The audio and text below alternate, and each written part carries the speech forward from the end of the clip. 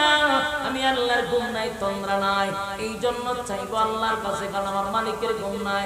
দেওয়ার জন্য আল্লাহ প্রশ্ন।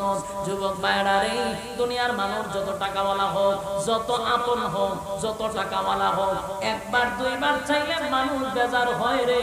মানুষের কাছে চাইলে মানুষ খুশি হয় না, মানুষ বেজার হয়, মানুষ বেজার হয়। কিন্তু আল্লাহর কাছে চাইলে মালিক খুশি হয়।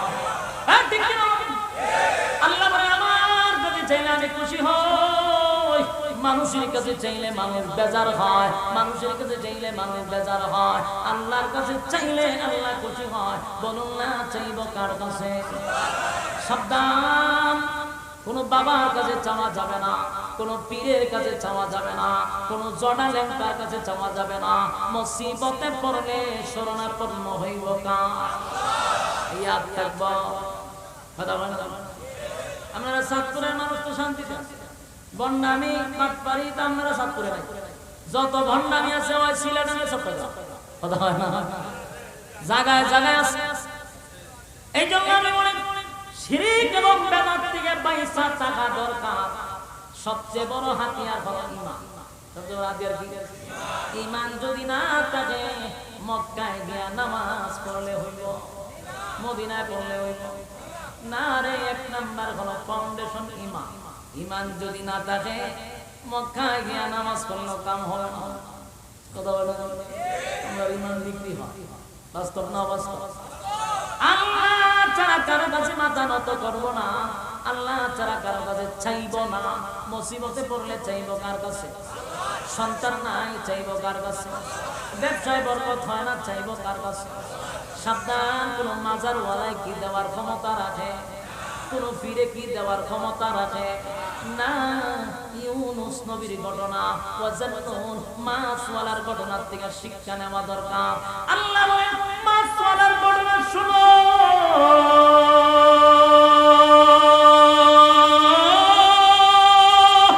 মাছওয়ালার ঘটনা শুনো। মাছওয়ালা কিন্তু মুসিবতে পইরা আমি আল্লাহর শরণাপন্ন হইছে।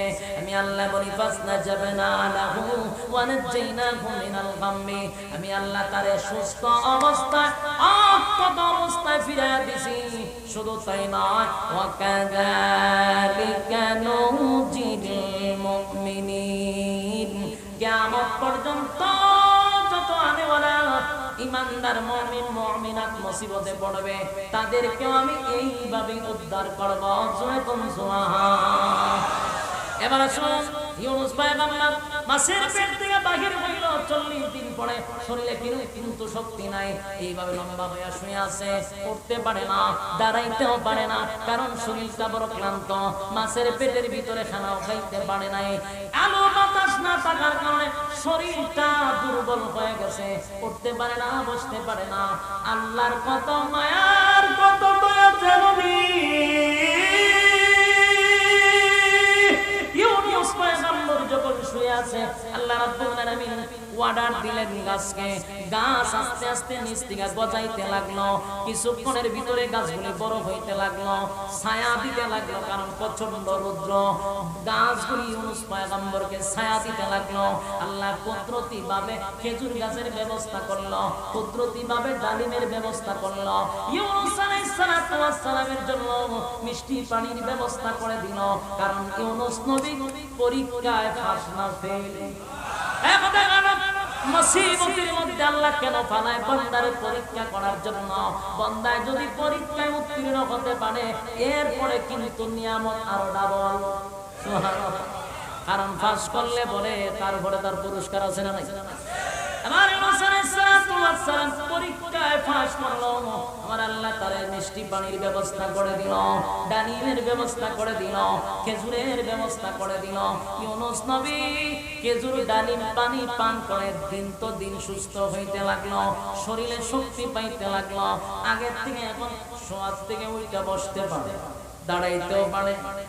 একদিন বৈশা বৈশা ইউনুস পয়গম্বর সন্তানের কথাগুলি স্মরণ করে, বিবির কথাগুলি স্মরণ করে, চোখের পানিগুলো ছেড়ে দিয়া কান্না শুরু করছে।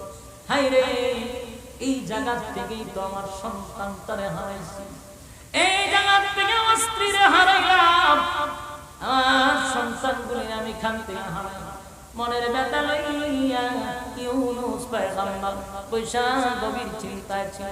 হঠাৎ করে তাকায়া দেখে গ্রামের মানুষগুলি চতুর্দিক পিয়ানা গণা শুরু হয়েছে।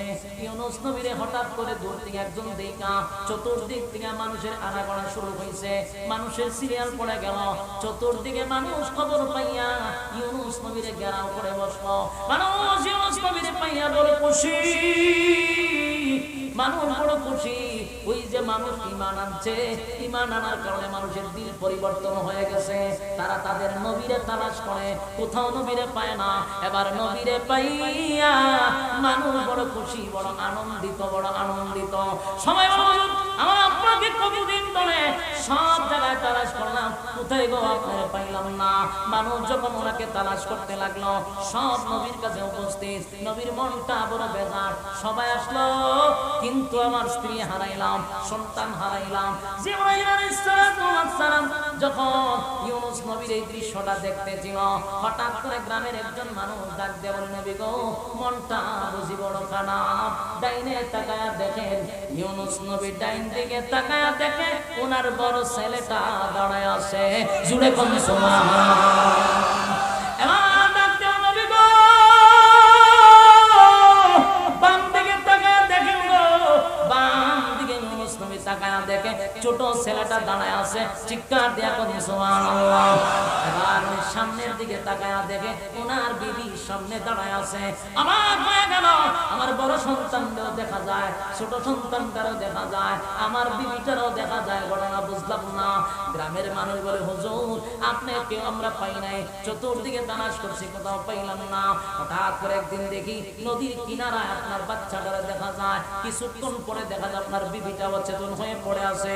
আমরা তাদেরকে না সুস্থ করছি, জঙ্গলে গেলাম, গিয়া দিই জঙ্গলের ভিতরে আপনার বড় ছেলেটা অজ্ঞান হয়ে পড়ে আছে।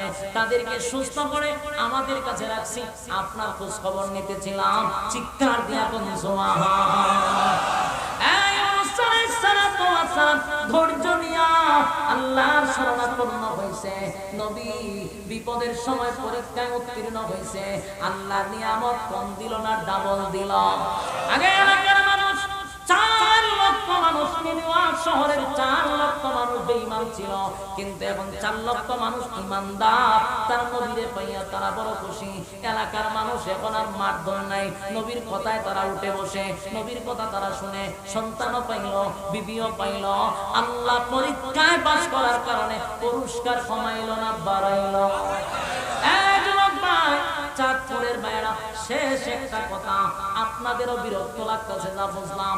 1-2 ঘন্টার কাছাকাছি শুরু হয়ে গেছে, লম্বা সময় দিয়ে নাকি দা বিরক্ত হয়ে গেছে।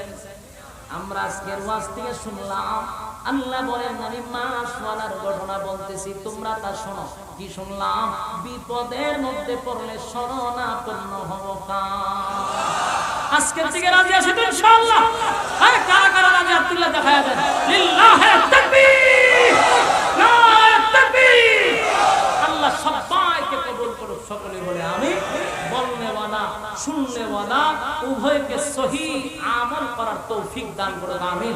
এই বৃষ্টি বাদলের দিনেও আপনারা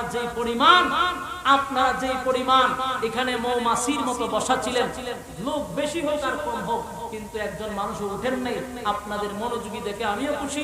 আল্লাহ রাব্বুল আলামিন যেন কথাগুলোর উপরে বলনেওয়ালা এবং শুননেওয়ালাকে আমল করার তৌফিক দেন।